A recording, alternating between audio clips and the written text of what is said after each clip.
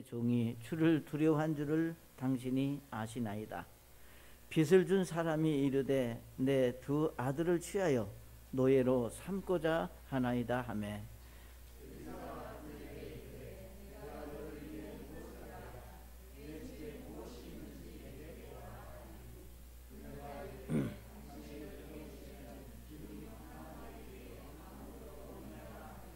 그때 그가 이르되 가서 너를 위해 내 모든 이웃에게서 그릇을 빌려오라. 빈 그릇을 빌리되 몇 개만 빌리지 말고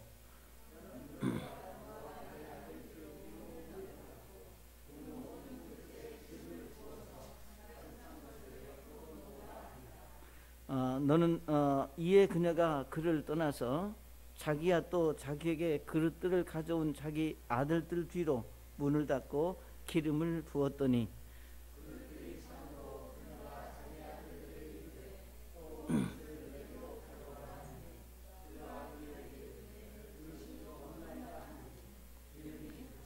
같이 읽습니다. 그때에 그녀가 가서 사람에게 고하니 그가 이르되 가서 기름을 팔아 빚을 갚고 남은 것으로 너와 내 아이들이 생활하라 하였더라. 아멘. 기도하겠습니다. 아버지 하나님, 이 밤에도 저희에게 주신 하나님의 말씀을 인해 하나님께 감사드립니다.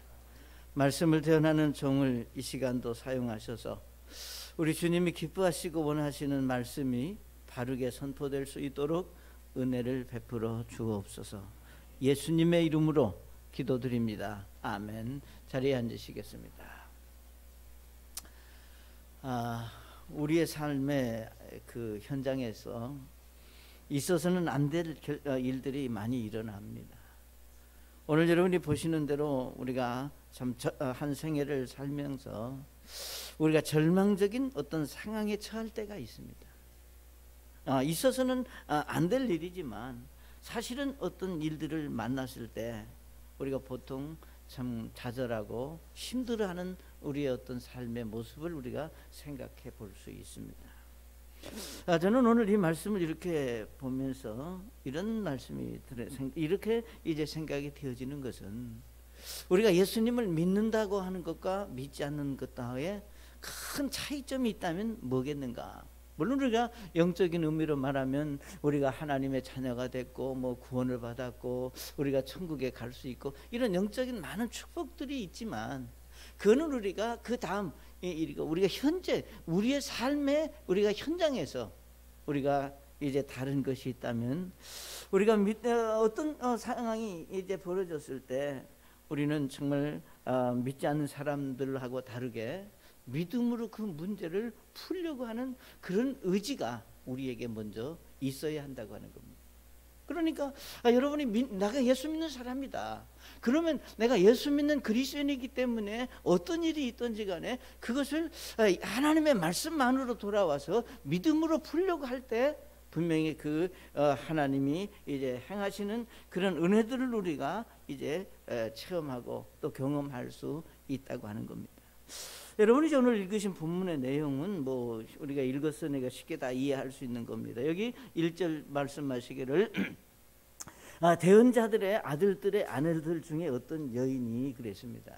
그러니까 여기서 우리가 대언자들의 아들들이다 이렇게 말할 때 이것은 오늘 우리가 그 당시 하나님의 말씀을 전하는 대언자들이 우리가 이제 모여서 이제 훈련도 받고 그런 그런 요즘으로 말하면 우리 신학교라고 얘기를 뭐 하는 것이 좋겠죠.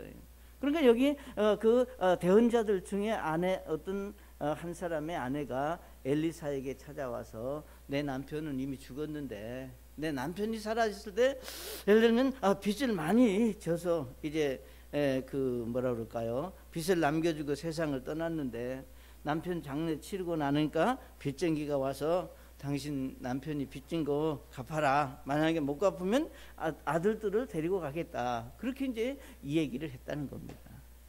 자, 우리는 이 말씀을 보면서 예를 들면 우리가 그렇잖아요. 빚을 빌렸으면 어떻게 해요? 갚아야죠. 이건 갚아야 된다고 하는데 누구도 할 말이 없습니다. 그러나 우리가 빚은 갚아야 되는데 여기 빚을 갚지 못했을 때 여기 말하는 대로 채권자가 두 아들들을 이제 데리고 간다 그 말입니다. 그러니까 그 당시로 요즘도 마찬가지겠지만 우리가 성경 당시에도 역시 빚을 직접 갚지 못하면 빚 대신 예를 들면 종으로 팔려간다든가 종으로 간다든가 이거는 합법적으로 정해진 일입니다. 자, 그렇기 때문에 이런 심각한 문제를 우리가 만났을 때 물론 이 남편이 참 잘못이죠. 빚지지 말아서 했는데 빚지고 싶어서 빚진 사람이 누가 있겠어요? 어쨌든 간에 이런 문제가 이 여인에게 다가왔을 때 과연 이 여인이 어떻게 이 문제를 풀어갔느냐가 오늘 저와 여러분에게 주시는 하나님의 말씀입니다. 자, 우리가 이 말씀을 보면은 1절에 보시면 이렇게 말씀을 했습니다. 여기 대언자들 중에 안에 어떤 여인이 엘리사에게 부르짖어 이르되 그랬습니다. 여기 말하기를 어떤 여인이 엘리사에게 부르짖어 이르되, 이 말씀은 결국은 무슨 말이겠어요? 자, 이 말씀 속에서 우리가 배울 수 있는 것은 이 여인에게 지금 이 여인이 안고 있는 그 엄격한 그 문제 속에서 과연 어떻게 할 것이냐를 우리가 생각하면서 이 여인은 제일 먼저 여기 말하기를 여인이 엘리사에게 부르짖었다, 이 말씀은 결국은 무엇을 우리에게 가르치고 있는가 하면은 그녀가 취할 수 있는 이제 믿음의 생각, 그러니까 믿는 사람이기 때문에 당연히 그 문제를 가지고 우리가 하나님 앞에 가지고 나왔다고 하는 것을 우리가 여기서 배울 수 있는 겁니다. 사랑하는 여러분, 우리가 남편이 죽고 빚만 남겼고 두 아들을 빼앗기게 된 절박한 상황에서 그녀가 생각할 수 있는, 일반적으로 우리가 믿음 없는 사람들이 생각할 수 있는 부정적인 몇 가지를 우리는 생각해 볼 수 있습니다. 예를 들면 우리가 이런 상황이 되면 어떻게 해요? 그냥 아무도 모르게 야밤 도주할 수도 있잖아요. 옛날에는 그런 사람들 혹 있었어요. 요즘엔 도망가도 도망갈 데가 없어요. 전산망 CCTV가 하도 많이 달려서 못 도망가는데 옛날에는 그렇게 야밤 도주하는 사람들이 간혹가다 있었습니다. 그리고 저는 이렇게 생각해 볼 수, 이 여인이 이제 우리가 참 뭐라 그럴까요? 악을 쓰고 이제 아들 데려가려면 나까지 데려가라 하고 그냥 난리를 칠 수도 있겠죠. 그러니까 다양한 방법이 이 여인이 행할 수 있는 몇 가지 믿음 없는 사람이라면 할 수 있는 일들이 있음에도 불구하고 이 여인은 이런 상황을 하나님의 사람 엘리야에게 가서 여기 엘리야에게 부르짖어 이르렀다고 하는 것은 엘리사에게 그 문제를 맡겼다고 하는 것을 우리가 여기서 배우게 됩니다. 사랑하는 여러분, 우리가 우리의 어떤 삶 속에서 우리가 당연히 우리가 문제가 있을 때 우리는 하나님 앞에 가지고 나오는 그런 삶의 습관들을, 그런 이제 믿음의 삶을 여러분이 사실 수 있기를 바랍니다. 그러니까 분명히 그녀가 엘리사를 찾아간 것은 우리가 사람의 방법을 택하지 않고 하나님의 방법을 택했다고 하는 겁니다. 우리가 일반적으로 사람이 생각할 수 있는 다양한 방법들을 생각하지 않고 오로지 이 문제를 우리가 하나님께 맡기고 하나님이 해결해 주시도록 하나님께 맡기자라고 하는 그 여인이 그 믿음이 그에게 있었다고 하는 것을 우리가 생각해 봅니다. 여러분이 잘 아시는 시편 50편 15절에 그랬습니다. 시편 50편 15절에 고난의 날에 나를 부르라, 내가 너를 건지리니 네가 나를 영화롭게 하리라고 말씀을 했습니다. 여기서 말씀하시기를 고난의 날에 나를 부르라. 여러분, 여러분의 일상생활 속에서 우리는 고난이라고 하는 것이 엄청나게 큰 문제가 있어야만이 고난은 아닙니다. 우리가 크건 작은 일이든 여러분을 힘들게 하고 정말 여러분의 마음을 아프게 하고 여러분이 참 근심하게 하고 그러니까 크고 작은 일들이 우리의 삶 속에 이제 다가왔을 때 이런 것까지 기도해야 되느냐, 우리가 이렇게 말할 수 있거든요. 그렇지만 여기 하나님은 분명히 말씀하시기를 고난의 날에 나를 부르라, 내가 너를 건질 것이고 네가 나를 영화롭게 하리라. 그러니까 우리가 하나님 앞에 고난의 날에 하나님을 부를 때 그 부르는 그 자체가 여기 말해 네가 나를 영화롭게 하리라 그랬습니다. 그러니까 이 말은 무슨 말이겠어요? 여러분이 어떤 일이 있을 때 하나님 앞에 와서 기도하는 그 자체가 하나님을 하나님으로 인정하고 존중한다고 하는 믿음을 말하고 있는 겁니다. 그러니까 결국은 우리가 여기 여인이 엘리사에게 이제 찾아와서 그 상황을 말하고 엘리사에게 부탁하는 것은, 그럼 결국 뭔가 우리가 엘리사를 하나님이 보내신 하나님의 사람이라고 하는 것을 인정하기 때문에 와서 자기의 그 어떤 어려움을 말하는 거거든요. 여러분이 어떤 누구에게인가 무슨 얘기를 할 때 아무에게나 찾아가지 않습니다. 에?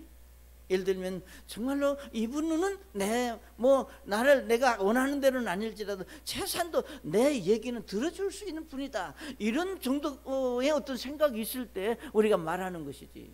그러니까 결국은 우리가 여기 하나님의 말씀 안에서도 하나님께서 하나님 앞에 우리가 어려움을 가지고 하나님 앞에 나가는 그 자체가 하나님을 하나님으로 인정하는 일이기 때문에 여기 말씀하시기를 네가 나를 영화롭게 했다. 그러니까 정말로 우리가 하나님을 기쁘시게 하고 우리가 하나님을 하나님으로 인정하며 산다고 하는 것은 우리의 삶 속에 대단히 중요한 삶의 원칙이 될 수 있는 겁니다. 시편 이제 38편 11절에서도 이렇게 말씀을 했습니다. 내 사랑하는 자들과 내 친구들이 내 상처를 멀리한 채 서 있으며 내 친척들도 멀리 떨어졌었다 그랬습니다. 정말로 여러분이 어떤 어렵고 힘든 일이 있으면 여기 말씀하시기를 내 사랑하는 자들과 내 친구들이 내 상처를 멀리하고 내 친척도 나를 멀리 떨어졌다. 이 말은 아무리 가까운 친구고 친척들이라도 내 문제를 도와줄 수 있는 게 도움을 줄 수 있는 그런 상황이 아닐 수 있다고 하는 겁니다. 그리고 우리 사람들은요, 정말 내가 가지고 있고 힘이 있고 능력이 있으면 참 너도 나도 와서 모여들고 우리가 달라들지만 내가 가진 것이 없고 내가 힘들어지고 내가 어려워지면 혹시 전화할까 봐 무서워서 벌벌 가까이 하지 않으려고 하는 것이 이 세상 사람들의 사고방식입니다. 사랑하는 여러분, 여기 시편 38편 22절에 21절에 말씀하시길 주여 나를 버리지 마옵소서. 그러니까 나를 사랑하는 자들과 친구들도 나를 버렸고 나를 멀리하지만 우리가 하나님 나를 버리지 마시고 나의 하나님이여 나를 멀리하지 마시고 나의 구원이시고 나를 속히 도와주소서. 아멘. 이게 우리의 믿음이어야 합니다. 여러분이 정말로 저는 어떤 경우라도 우리가 고난의 자리에 여러분이 들어서지 않아야 됩니다. 그러나 우리가 살다 보면 내가 고난의 자리에 들어가고 싶어서가 아니라 우리의 삶 속에 그럴 수 있다는 거죠. 내가 실수할 수도 있고 내가 또 뭔가 잘못 생각해서 고난의 자리에 들어설 수도 있고 우리가 사탄이 이 마귀가 우리를 시험하고 우리의 믿음을 흔들기 위해서 고난의 자리에 들어가게 할 수도 있고, 그런데 그 고난의 자리에 들어갔을 때 우리가 어떤 태도를 취할 것이냐가 우리가 믿음이 있는 사람이냐 아니면 믿음이 연약한가를 우리에게 말한다 그 말이에요. 그래서 이 여인이 그런 극한 상황이지만 우리 엘리야를 이제 찾아왔다 그 말입니다. 사랑하는 여러분, 그러니까 여기 엘리야를 찾아와서 여기 이제 자신이 당한 그 내용을 아주 디테일하게 있는 그대로 털어놓는 것을 볼 수 있습니다. 우리 이 여인의 기도 내용을 통해서 우리가 또 배우고 우리가 배울 수 있는 진리가 이 속에 담겨져 있습니다. 그러니까 예를 들면 여기 말씀 1절을 제가 다시 한번 읽어볼게요. 이제 대언자들의 아들들의 아내들 중에 어떤 여인이, 그러니까 여기서 어떤 여인이라고 했기 때문에 이 여인의 얼마나 믿음이 좋은지 이분의 어떤 내력은 전혀 없습니다. 그렇지만 이 여인이 엘리사에게 부르짖 이르되 당신의 종 내 남편이 이미 죽었는데 당신의 종이 주를 두려워한 줄을 당신이 아시나이다. 그러니까 내 남편이 믿음으로 살았던 것을 당신이 알지 않습니까? 빚을 준 사람이 이르되 내 두 아들을 취하여 노예로 삼고자 하나이다 그랬습니다. 그러니까 있는 그대로를 엘리사에게 고하는 것을 우리가 볼 수 있습니다.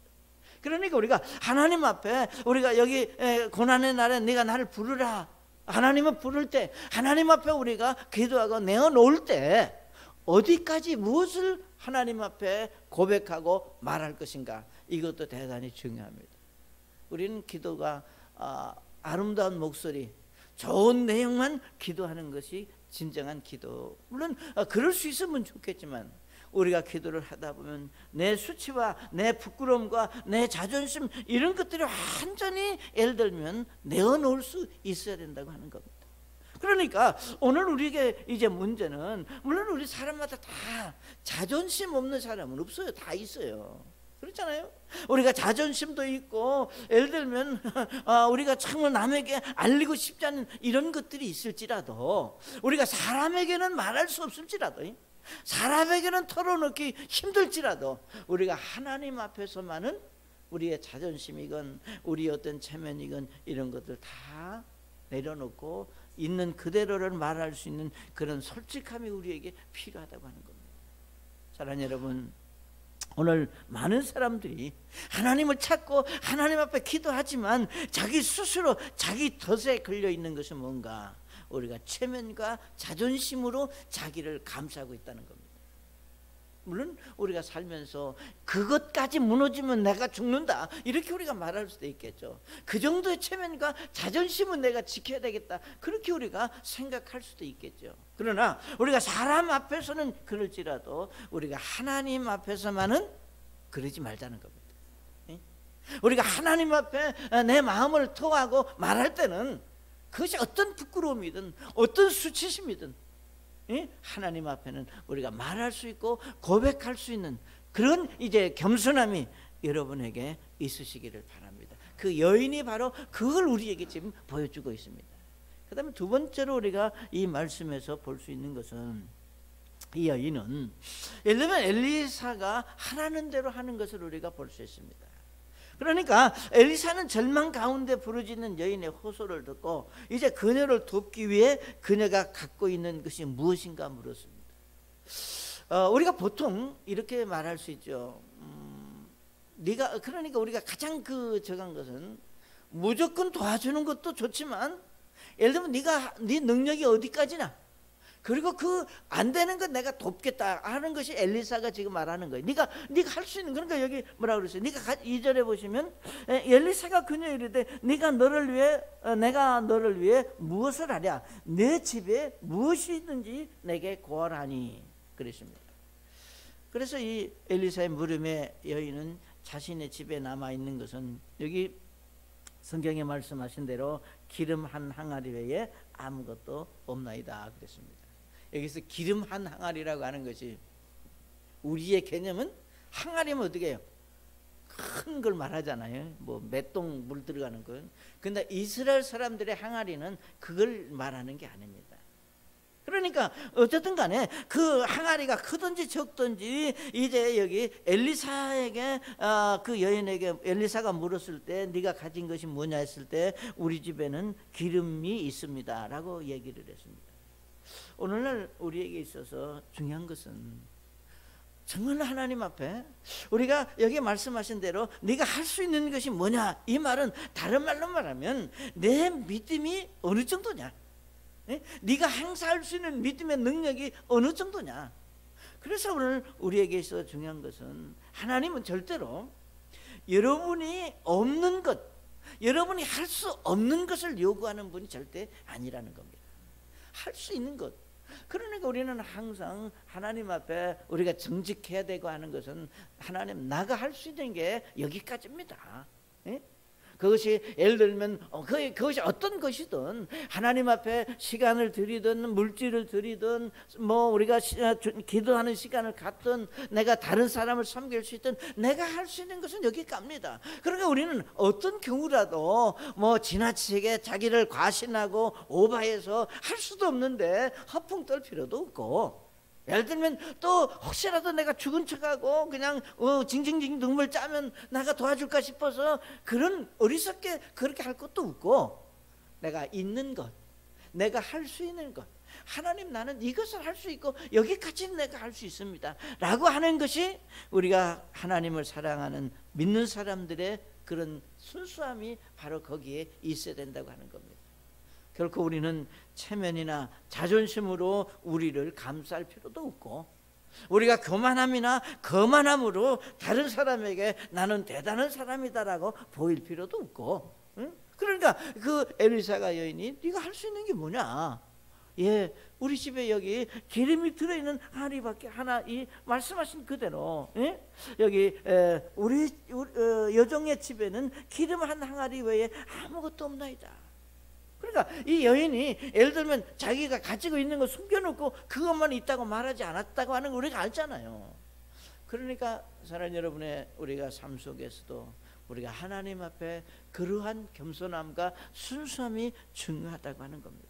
그래서 이제 엘리사는 이제 그 기름 항아리밖에 없다고 하는 그 여인에게 뭐라고 얘기합니까? 우리 4절에 보시면 이렇게 3절에 그때 그가 이르되 가서 너희를 위해 내 모든 이웃에게 그릇을 빌려오라.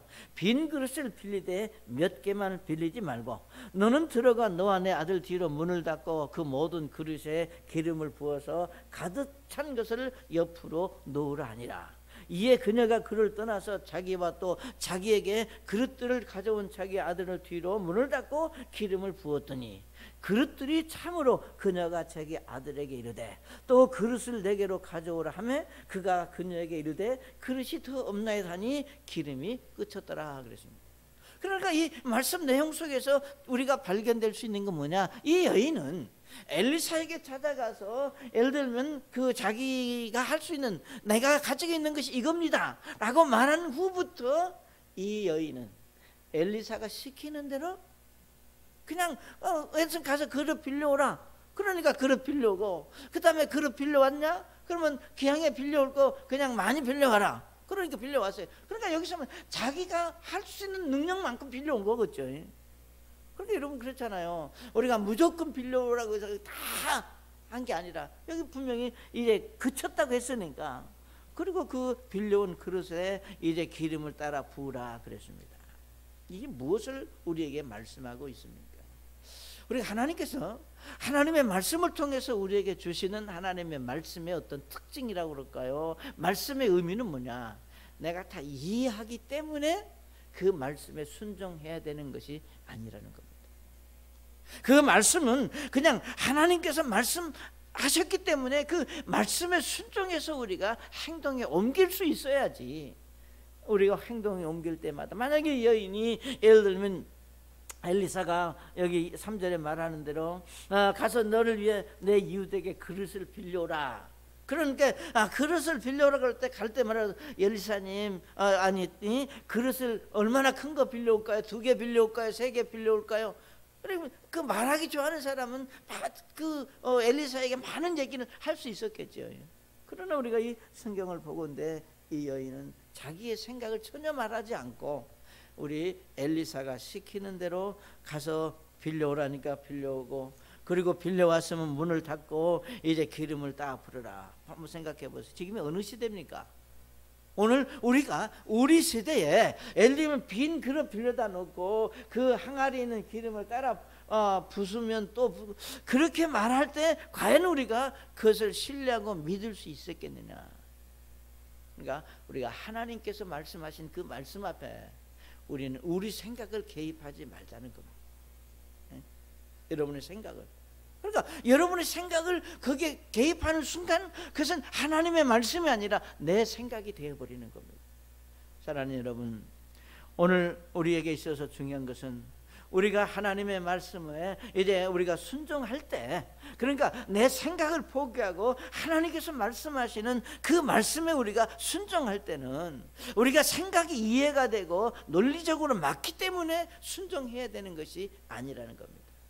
여러분이 잘 아시는 대로 누가복음 5장에 보시면 우리가 참 예수님의 제자들이 예를 들면 게네사렛 호수에서 고기를 잡는 얘기가 나옵니다.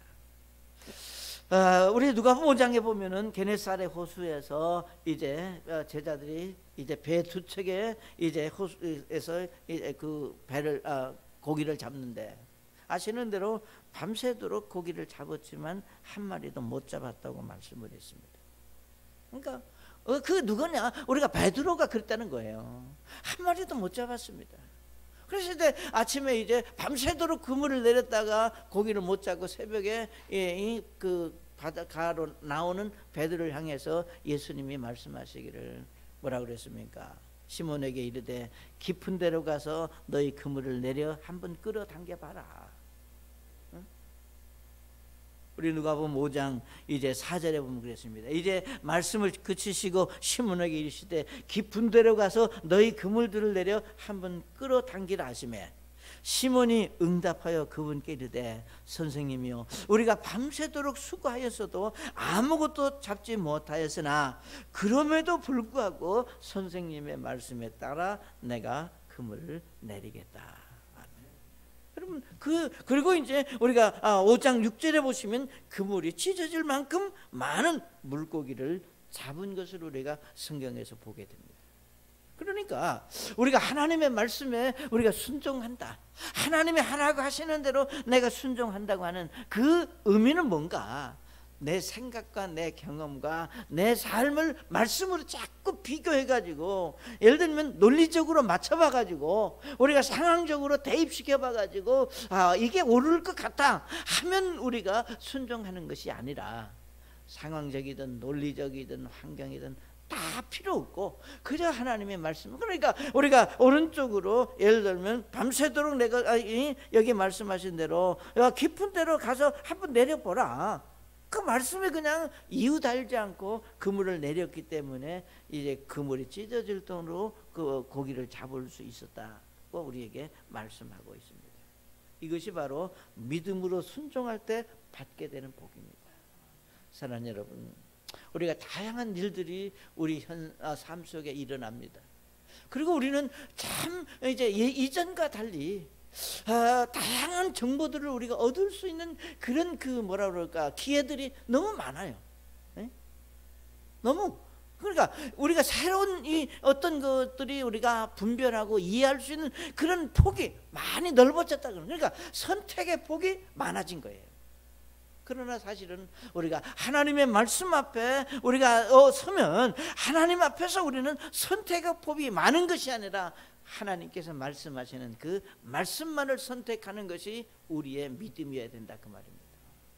자, 그렇기 때문에 이 여인이 얻을 수 있는 복은 바로 엘리사가 시키는 대로 했다.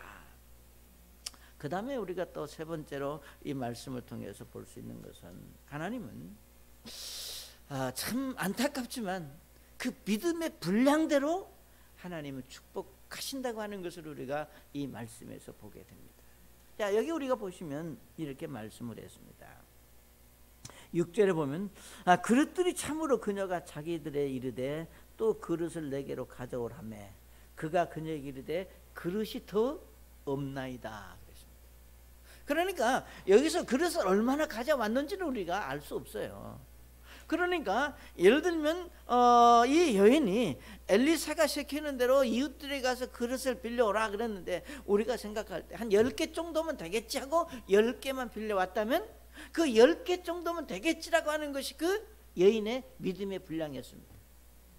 에?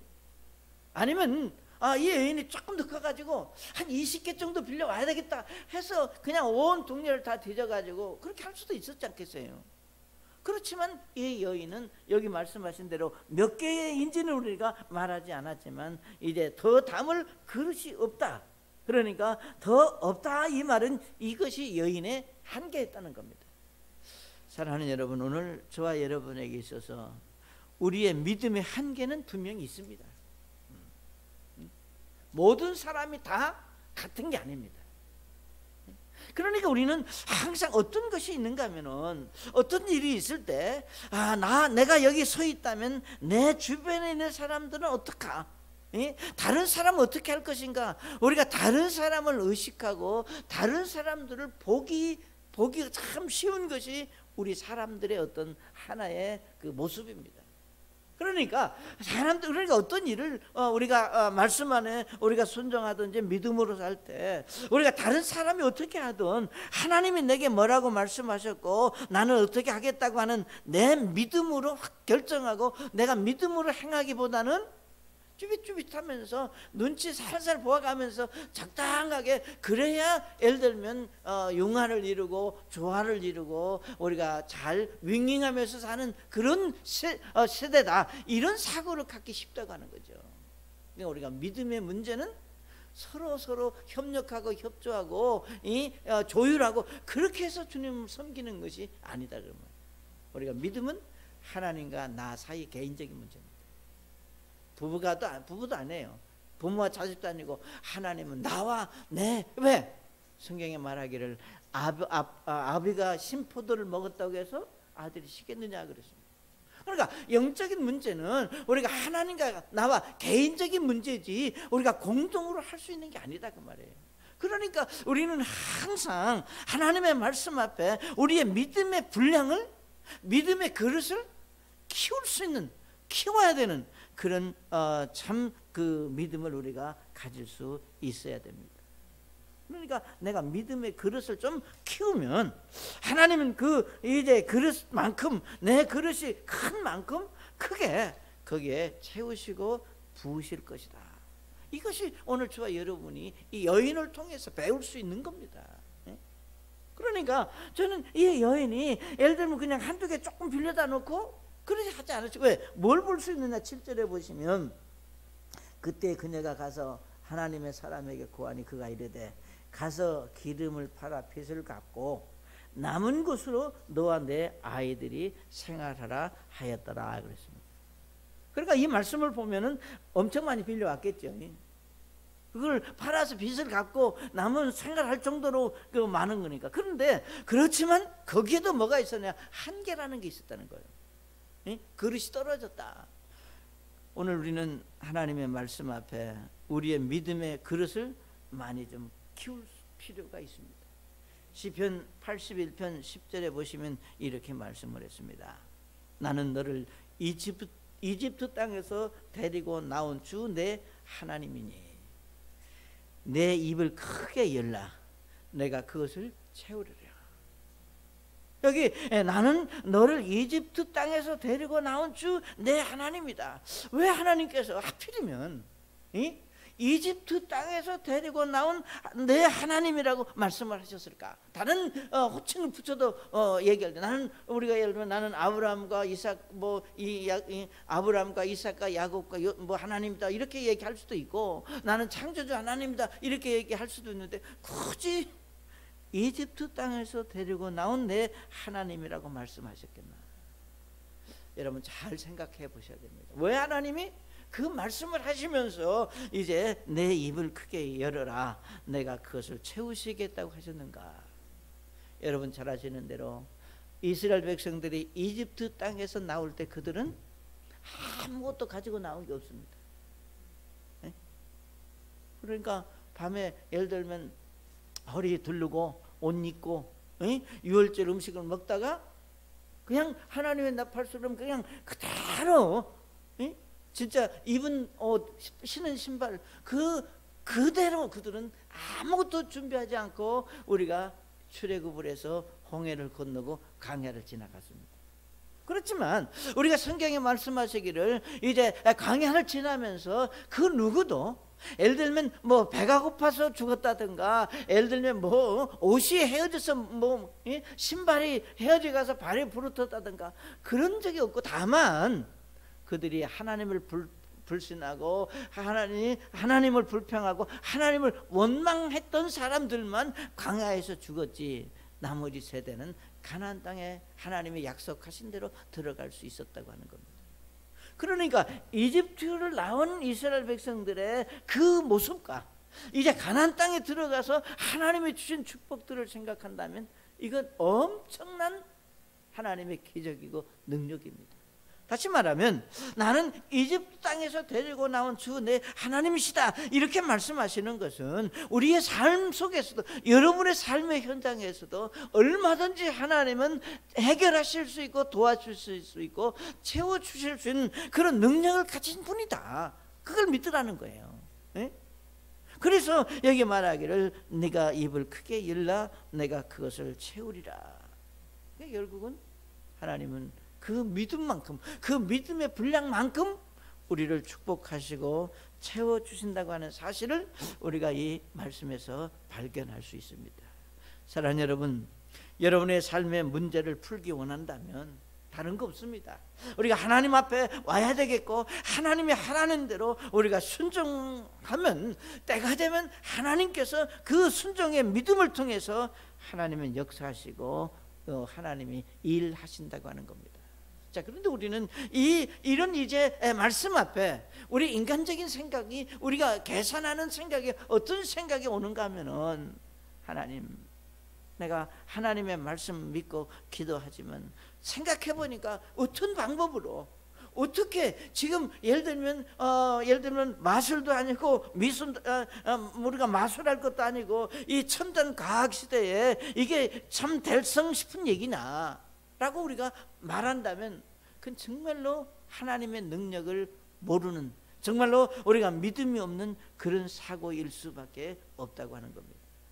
그러니까 우리가 중요한 것은 하나님의 존재와 하나님의 능력을 우리가 부인한다, 믿지 못한다고 하는 것은 뭔가, 하나님이 하시고자 하면 능치 못함이 없다. 다만 우리가, 저와 여러분이 하나님이 하시고자 하는 그런 믿음의 그릇으로 우리가 준비되고 그 믿음의 그릇으로 우리가 훈련되어지지 않으면, 그러니까 그렇게 되어졌을 때 하나님이 채워주시고 하나님이 해결해 주시는 것이지, 그래서 정말 우리는 하나님 앞에 엎드려 기도할 때마다 우리가 말할 수 있는 것은, 정말 하나님이 원하시는 그런 그릇으로 내가 변하고 달라지기를 원합니다. 정말 내가 그런 그릇이 되기 위해서 내가 어떻게 해야 되겠습니까? 그러니까 어차피 어느 시대나 누구에게나 문제는 있기는 마련해요. 그러니까 이거는 역사, 우리 사람에 태어나서 아담으로부터 우리 시대까지 어느 시대 어디서 어떤 삶을 살았든지 간에 삶의 굴곡은 있고 고난의 문제가, 어려움은 있게 마련이라고 하는 겁니다. 그러나 그 문제를 우리가 해석하고 또 그 문제를 이제 받아들이는 그 중심이 우리에게 소중하다고 하는 것을 여러분 기억하시기를 바랍니다. 그리고 어떤 문제가 다가와도 우리는 결코, 저는 여러분이 그렇게 말씀을 드리고 싶어요. 지금 여러분이 어떤 상황에 처해 있다 하더라도 결코 우리가 절망하는 것은 믿음이 아니다. 그러니까 마지막 남은 것이 예를 들면 기름 한 병뿐이라 할지라도 그것을 하나님 손에 얻고 믿음의 입을 넓게 열고 그렇게 했을 때 거기에 예를 들면 그 기름이 예를 들면 빛을 갖고 남은 가족들이 살 수 있을 만큼 하나님이 주셨다는 겁니다. 하나님께서 우리의 삶에 행하시는 놀라운 기적들을 우리가 저는 체험하면서 사실 수 있기를 바랍니다. 우리 여러분 잘 아시는 마태복음 6장 27절에 이렇게 말씀을 했습니다. 너희 중에 누가 염려함으로 자기 귀에 1규빗을 더할 수 있겠느냐라고 말씀을 했습니다. 우리는 어떤 일을 만나면 염려합니다. 예, 사람이기 때문에. 우리가 염려라고 하는 것은 걱정하고 근심합니다. 이게 사람이기 때문에. 그렇지만 하나님께서 어떤 너희 중에 누가 염려함으로 여러분이 근심하고 고민한다고 해서 해결될 수 있는 것이 아니라고 하는 것을 하나님은 또 한 번 우리에게 말씀합니다. 그래서 우리가 어떻게 쉽게 문제를 풀 수 있을까? 내가 가지고 있는 사고를 우리가 바꿔야 됩니다. 내가 지켜야 된다. 내가 하면 된다는 생각으로 우리가 바꿔야 돼. 우리가 내가 하면 된다는 생각을 버리고 우리가 하나님이 하시도록 맡겨야 되겠다. 그러니까 그것이 사람의 문제든 경제적인 문제든 관계의 문제든 내가 하려고 하면 내가 힘들어. 그러잖아요. 내가 힘들다고 하는 것은 내가 하나님이 주시는 기쁨을 빼앗깁니다. 그래서 우리는 내가 하려고 하지 말고 하나님이 하시도록 하나님께 맡겨드릴 수 있는, 이게 믿음의 분량이라는 거예요. 어느 정도 맡기느냐에 따라서 하나님 분명히 그 분량만큼 해결해 주시리라고 믿습니다. 그래서 우리 여인이 엘리사에게 찾아왔듯이 우리 하나님 앞에 찾아가는, 그래서 우리가 시편 66편 19절 이렇게 말씀을 했습니다. 그러나 하나님께서 참으로 내 말을 들으셨으면 내 기도 소리에 주의를 기울이셨도다. 하나님을 찬송하리로다. 그분께서 내 기도를 물리치지 아니하시고 자신의 긍휼도 내게서 거두지 아니하셨도다. 아멘. 하나님께서 내 기도를 들으시고 여기서 말씀하신 대로 자신의 긍휼을 내게서 거두어가지 않았다. 이 말은 하나님 긍휼이라고 하는 것은 하나님이 나를 불쌍히 여기셨다. 하나님이 나를 불쌍히 여기는 것을 거둬가지 않았다고 하는 것은 뭔가 아직도 하나님의 은혜와 사랑이 내게 임할 수 있는 여지가 남아있다고 말이에요. 그래서 하나님 내 말을 들으셨으며 내 기도 소리에 귀를 기울이셨고 그분께서 내 기도를 물리치지 아니하시고 자신의 긍휼을 내게서 거두지 아니하셨도다. 사랑하는 여러분, 하나님께서 하라는 대로 하시면서 여러분의 믿음의 그릇을 많이 큰 그릇으로 키움으로 그 그릇에 충만하게 하나님의 채워주시는 복이 은혜가 여러분에게 있으시기를 바랍니다. 우리 잠깐 기도하시겠습니다. 하나님 앞에 우리가 한 번 더 우리 자신을 볼 수 있는 그런 믿음의 사람들 될 수 있기를 원합니다. 우리 시간 찬송하시겠습니다.